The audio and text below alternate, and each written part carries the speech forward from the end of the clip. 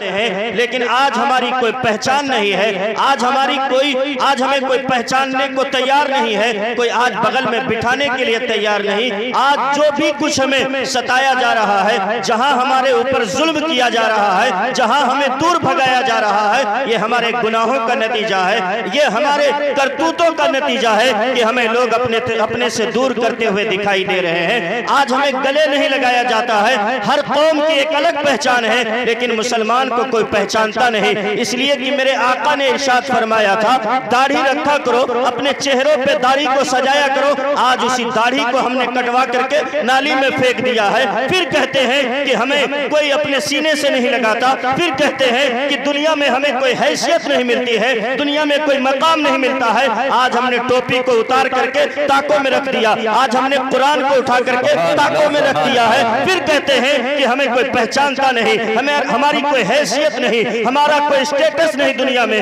حالانکہ اللہ نے سب سے معزز اور سب سے مکرم ہمیں اور آپ کو بنایا تھا۔ جس طرح میرے نبی سارے نبیوں میں لاجواب ہیں، جس طرح قرآن ساری کتابوں میں لاجواب ہے، ایسے حضور کا امتی سارے امتیوں میں لاجواب ہے۔ اللہ نے تو ہمیں حضور کا امتی بنایا تھا۔ اللہ کا قرآن کہتا ہے کنتم خیر امت اخرجت للناس، اے لوگوں سب سے بہترین اللہ نے تمہیں پیدا کیا ہے، تمہیں انسان بنایا، پھر مسلمان بنایا، اور پھر اللہ نے احسان یہ کیا کہ حضور کی امت میں پیدا کر دیا۔ لیکن اگر ہم اپنے آپ کو دیکھیں کہ ہم واقعی حضور کی امتی ہیں، ہم اپنے آپ کا جائزہ لیں، کیا ہم واقعی حضور کے غلام ہیں؟ پتہ نہیں چلے گا، اس لیے کہ آج کل کے اس فیشن سی زمانے میں، ترقی یافتہ زمانے میں، ماڈرن زمانے میں، آج ہمارے مسلمان بچوں کا حال یہ ہے کہ وہ جب بامبے جاتے ہیں یا کسی دوسرے ملک میں یا کہیں دوسرے شہر میں کمانے کے غرض سے جاتے ہیں، جب وہ پلٹ کر کے آتے ہیں تو ان کا لباس بھی چینج ہے، ان کا بال یعنی ہیئر کٹ بھی چینج دکھائی دیتا ہے، ان کے لباس میں کئی جگہ سے پیوند نظر آتے ہیں، ان کے لباس پھٹے ہوئے دکھائی دیتے ہیں، وہ لڑکیوں کی چال چلتے ہیں، ان کے کان بھی چھدے ہوتے ہیں، ان کے کان بھی اور ناک بھی چھدا ہوتا ہے، ان کے ہاتھوں میں غیروں کی طرح نشانیاں پائی جاتی ہیں۔ حالانکہ اللہ کے رسول نے ارشاد فرمایا تھا جو قوم کسی قوم کی مشابہت اختیار کرتی ہے وہ اسی میں سے ہو جایا کرتی ہے۔ آج ہمارے شادیوں کا حال دیکھ لیجئے، آج ہمارے یہاں گھر کا ماحول دیکھ لیجئے، آج ہمارے گھروں سے گانے کی آواز آتی ہے، آج ہمارے گھروں سے پکچروں کی آواز آتی ہے، آج ہمارے شادی بیاہ کے موقع پر آج دیکھیے ڈی جے اور کئی قسم کے خرافات کیا جاتا ہے۔ آج ہمارے شادیوں میں بفر سسٹم کا انتظام کیا جاتا ہے۔ لوگ کہتے ہیں کہ ترقی یافتہ زمانہ ہے، ہم کھڑے ہو کر کے کھانا کھائیں گے، ہم کھڑے ہو کر کے پانی پیئیں گے، ہم کھڑے ہو کر کے اپنا سارا کام کریں گے۔ حالانکہ میرے آقا نے ارشاد فرمایا تھا کہ چاہے جتنا ترقی یافتہ زمانہ ہو جائے، آج سے 1450 برس پہلے میرے نبی نے ارشاد فرمایا تھا جو پانی بیٹھ کر کے پیتا ہے اور 3 سانس میں پیتا ہے، اللہ اسے 70 بیماریوں سے شفا عطا فرماتا ہے۔ سبحان اللہ، 70 بیماریوں سے اللہ اسے شفا عطا فرماتا ہے۔ ہم کہتے ہیں کہ ہم ترقی یافتہ زمانے میں جیتے ہیں، کہتے ہیں کہ آج 1 گھنٹے میں لکھنؤ سے فلائٹ پکڑ کے ہم بامبے کی سرزمین پہ پہنچ جاتے ہیں، احمد آباد پہنچ جاتے ہیں، گجرات کے جس شہر میں چاہتے ہیں پہنچ جاتے ہیں، پھر کہتے ہیں کہ ہم ترقی یافتہ زمانے میں جیتے ہیں۔ میں کہتا ہوں ہاں یہ ترقی یافتہ زمانہ ہے، لیکن ترقی یافتہ زمانہ یہ نہیں کہتا ہے کہ اپنے اسلام کو چھوڑ کر کے ترقی کیا جائے، قرآن کو چھوڑ کر کے ترقی کیا جائے، مصطفیٰ جان رحمت کی حدیث کو چھوڑ کر کے ترقی کیا جائے۔ ہم اور اپنے آپ کو دیکھیں کہ اس وقت ہم کیسے ہیں اور گزرے ہوئے زمانے میں کیسے تھے، ماضی میں کیسے تھے۔ اپنے آپ کو اس وقت دیکھ لیں کہ ہم جب آج جلسوں میں آتے ہیں تو ہمارے منہ میں پان بھی ہوتا ہے، ہمارے منہ میں گٹکا بھی ہوتا ہے، پھر حضور کی باتیں سنتے ہیں، پھر قرآن کی آیتیں سنتے ہیں، پھر حضور کی نعتیں سنا کرتے ہیں۔ میں کہتا ہوں کہ جلسے میں آنے سے پہلے کوئی مقصد لے کے آیا کرو۔ جس طرح آپ شہر جاتے ہو کمانے کے لیے تو مقصد ہوتا ہے کہ پیسہ لے کر کے آئیں گے، تو جلسے میں آؤ تو کوئی مقصد لے کے آیا کرو۔ جلسے میں جب آیا کرو تو کوئی اپنے دل میں ارمان لے کے آیا کرو کہ اے پروردگار عالم، جلسے سے پہلے ہم نماز نہیں پڑھتے تھے، لیکن جلسے میں جانے کے بعد اور کچھ سننے کے بعد جب واپس پلٹیں گے تو نمازوں کی پابندی کریں گے۔ اگر جھوٹ بولتے تھے تو پھر جلسے میں آنے کے بعد توبہ کر کے جائیں کہ اس کے بعد ہم جھوٹ نہیں بولیں گے۔ اگر غیبت کیا کیا کرتے تھے تو جلسے میں آنے کے بعد کہیں اور پلٹ کر کے جب جائیں تو اس چغلی سے توبہ کر لیں تو پھر سمجھ میں آتا ہے کہ جلسہ کرنے سے فائدہ ہوتا ہے، پھر سمجھ میں آتا ہے کہ جلسہ کرنے سے لوگوں کے اندر بیداری پیدا ہو رہی ہے۔ اپنے آپ کو دیکھیں، آج کل مسلمان اپنے آپ کو کس کہانے پہ لے کے جا رہا ہے، آج کے بگڑے اور دیکھ کر کے نظر انداز کرتے جا رہے ہیں۔ ایک یہودی دوسرے یہودی سے کہتا ہے، اپنے بھائی سے کہتا ہے کہ کتنا بڑا پتھر اس راستے پہ پڑا ہوا ہے، لوگ گزرے بھی ہوں گے لیکن پتھر کو ہٹایا کیوں نہیں؟ ادھر سے گزرنے والے روز گزرتے ہوں گے،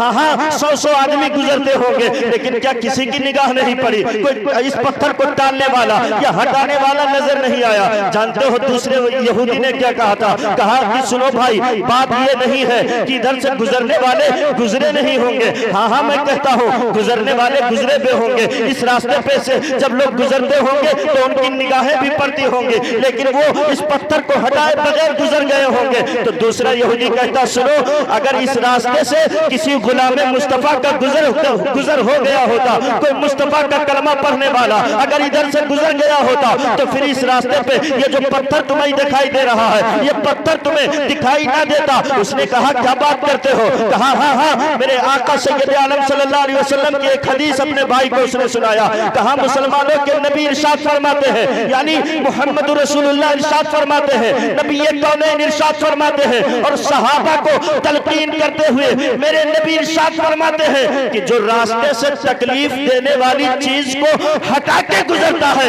اللہ اس کی مغفرت فرما دیتا ہے، اللہ اس کی بخشش فرما دیتا ہے۔ اس کو یہودی کہتا ہے اگر اس راستے سے کوئی مسلمان گزر کے گیا ہوتا تو اس راستے سے اس راستے پہ یہ پتھر تمہیں نہیں دکھائی دیتا۔ یہ ہماری پہچان تھی۔ آج اپنے آپ کو دیکھیں کہ ہم کون سے ترقی یافتہ زمانے کی بات کرتے ہیں۔ تاریخ کا دوسرا واقعہ پڑھیے، اسپین سے جب مسلمانوں کو نکالا جا رہا تھا اور تمام مسلمانوں کو اسپین سے نکال دیا گیا اور اس کے بعد میں ایک سروے کیا گیا، میٹنگ کی گئی، یہ بتاؤ اسپین میں کوئی مسلمان باقی ہے کہ نہیں ہے؟ تو سارے لوگوں نے کہا کہ ایسا لگتا ہے اسپین سے مسلمانوں کو نکال دیا گیا ہے، اسپین سے مسلمانوں کو بھگا دیا گیا ہے، اسپین میں اب کوئی مسلمان باقی نہیں ہے۔ جاسوسوں نے آ کر اپنے حاکم سے کہا، اس وقت کے گورنر سے کہا نہیں تم بھول میں ہو، کس چکر میں ہو کہ مسلمانوں کو نکال دیا گیا ہے؟ ایسا لگتا ہے کہ ابھی اسپین میں مسلمان باقی ہیں۔ تو اس افسر نے کہا، گورنر نے کہا کہ اے جاسوسو یہ بتاؤ کہ مسلمانوں کو پہچانیں گے کیسے؟ مسلمانوں کو کیسے پہچانیں گے؟ آپس میں سارا سسٹم ان کا تیار ہوا، اس کے بعد میٹنگ کرتے ہیں کہ مسلمانوں کو پہچانا کیسے جائے۔ آپس میں مشورہ کرنے کے بعد ایک ایسے نتیجے پہ پہنچے، انہوں نے مشورہ کرنے کے بعد کہا کہ راستے پہ پانی رکھا جائے، اس کے بغل میں ایک اپاہج انسان کو بٹھا دیا جائے اور پھر اپاہج انسان گزرنے والے لوگوں سے کہے کہ مجھے پیاس لگی ہے، پانی پلایا جائے، جو ادھر سے گزرے گا سب سے یہ پانی طلب کرے گا۔ اللہ اکبر، یہی کیا گیا، پانی رکھا گیا، اپاہج انسان کو بٹھایا گیا۔ اب جو ادھر سے گزرنے والا گزرتا وہ اپاہج انسان اس سے پانی مانگتا، مانگنے کے بعد دوسرا انسان جیسے آتا اس سے بھی پانی طلب کرتا، لیکن اسپین کا حال یہ ہے کہ کوئی پانی دینے کے لیے تیار نہیں۔ اچانک کیا دیکھتا ہے، ایک کوٹ پینٹ پہنے ہوئے انہی کے لباس میں ملبوس ایک انسان آیا اور یہ اپاہج انسان اس سے کہتا ہے کہ مجھے بڑی شدت کی پیاس لگی ہوئی ہے، میری زبان سوکھ رہی ہے، پانی سامنے موجود ہے، پانی اٹھا کر کے دے دو۔ وہ ٹھہر گیا، ٹھہرنے کے بعد پانی اٹھایا، اٹھانے کے بعد گلاس میں ڈالا اور اس پیاسے کو پانی دے دیا۔ فوراً جاسوس نے پکڑ لیا، پکڑنے کے بعد گورنر کے پاس پیش کیا۔ جاسوسوں سے گورنر نے کہا اسے کیوں لے کے آئے ہو؟ کہا گورنر بات یہ ہے، میرے آقا بات یہ ہے کہ سارے لوگ گزرنے والے ادھر سے گزرے لیکن اسے کوئی پانی پینے کے لیے نہیں دیا، لیکن جب یہ گزرا تو پھر یہ پانی پلا کر کے گزرا ہے۔ اس نے کہا تھا اسپین میں سارے جاسوسوں نے ایک زبان ہو کر کے کہ گزرنے والے تو بہت گزرے لیکن کسی نے اسے پینے کے لیے پانی نہیں دیا۔ جو پیاسے کو پانی پلا دے اسی کو مسلمان کہتے ہیں، اسی کو مصطفیٰ کا غلام کہتے ہیں۔ جو ایک پیاسے کو پانی پلا دے اسی کو مصطفیٰ کا غلام کہتے ہیں۔ میرے آقا نبی کونین صلی اللہ علیہ وسلم نے ارشاد فرمایا تھا کہ بنی اسرائیل میں ایک بدکار عورت تھی، جو بدکاری کیا کرتی تھی اس کے گناہ اتنے بڑھ چکے تھے کہ قابل معافی کے قابل نہیں تھے، لیکن ایک مرتبہ وہ عورت سفر پہ تھی، راستے میں کنواں پڑا، اس کو پیاس لگی، اس نے خود پانی پی لیا۔ جب یہ پانی پی کر کے باہر دیکھا تو ایک کتا پیاس کی شدت سے تڑپ رہا تھا، اس کی زبان پیاس کی شدت سے باہر آ رہی تھی۔ اللہ اکبر، ذرا اپنے آپ کو دیکھ لیجئے کہ ہم پہلے کیسے تھے اور آج کے اس زمانے میں ہم کیسے دکھائی دیتے ہیں۔ اس عورت نے جب دیکھا کہ پیاس کی شدت سے کتے کی زبان باہر آ رہی ہے، اس نے اپنا دوپٹہ اتارا، اتارنے کے بعد کنویں میں ڈالا اور کنویں میں ڈالنے کے بعد باہر نکالا، نکالنے کے بعد اس کو نچوڑنا شروع کیا اور نچوڑ کر کے کتے کے منہ میں ڈال دیا۔ جتنے قطرے پانی کے تھے اس کتے کے منہ میں جیسے پڑے۔ اللہ اکبر، پھر اللہ نے اس کے گناہوں کو نہ دیکھا، پھر اس کے خطاؤں کو نہیں دیکھا، پھر اس کے پاپوں کو نہیں دیکھا۔ اللہ نے ارشاد فرمایا کہ اے موسیٰ کلیم اللہ سنو، اس کی ایک ادا مجھے اتنی پسند آئی ہے، اس نے کتے کو پانی پلا دیا ہے، اسی کے بدلے میں نے اس کے تمام گناہوں کو معاف کر دیا ہے اور اس کو جنت میں داخلہ عطا فرما دیا ہے۔ سبحان اللہ، سبحان اللہ۔ یہ ہمارا معاملہ ہے، ہم پہلے کیسے تھے اور آج کیسے ہیں۔ اے عرس میں آنے والوں، عرس میں آنے کے بعد ان کو دیکھا کرو بزرگان دین کو کہ اپنے مزار میں لیٹے ہوئے ہماری رہنمائی فرماتے ہیں۔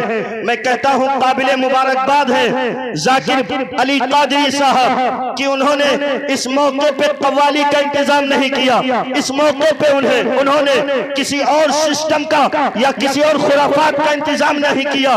انہوں نے بتایا کہ اللہ کے ولیوں کی بارگاہ میں جو بھی ہوگا وہ میرے آقا کا میلاد ہوگا، میرے مصطفیٰ کی سیرت بیان کی جائے گی، حضور اکرم صلی اللہ علیہ وسلم کی تعریف کی جائے گی اور اللہ کا حمد بیان کیا جائے گا، مصطفیٰ کی تعریف بیان کی جائے گی۔ اے لوگوں، آج کے اس ماحول میں اور بگڑتے ہوئے ماحول میں صرف آپ سے ہم گزارش کرنا چاہیں گے، حضور کے سچے غلام بن جاؤ، حضور کے سچے عاشق بن جاؤ، حضور کے سچے دیوانے بن جاؤ، حضور کا سچا کلمہ پڑھنے والے بن جاؤ، ورنہ دنیا تمہیں کہاں سے کہاں پہنچا دے گی اور گناہوں کے دلدل میں ڈوبے رہو گے۔ میرے آقا ارشاد فرماتے ہیں التائب من الذنب کما لا ذنب لہ، گناہوں سے توبہ کرنے والا ایسے ہو جاتا ہے گویا اس نے گناہ کیا نہیں ہے۔ اللہ کا قرآن کہتا ہے وَتُوبُوا إِلَى اللَّهِ جَمِيعًا أَيُّهَا الْمُؤْمِنُونَ لَعَلَّكُمْ تُفْلِحُونَ۔ اے لوگو، سچے دل سے اللہ کی بارگاہ میں توبہ کرو، صدق دل سے اللہ کی بارگاہ میں توبہ کرو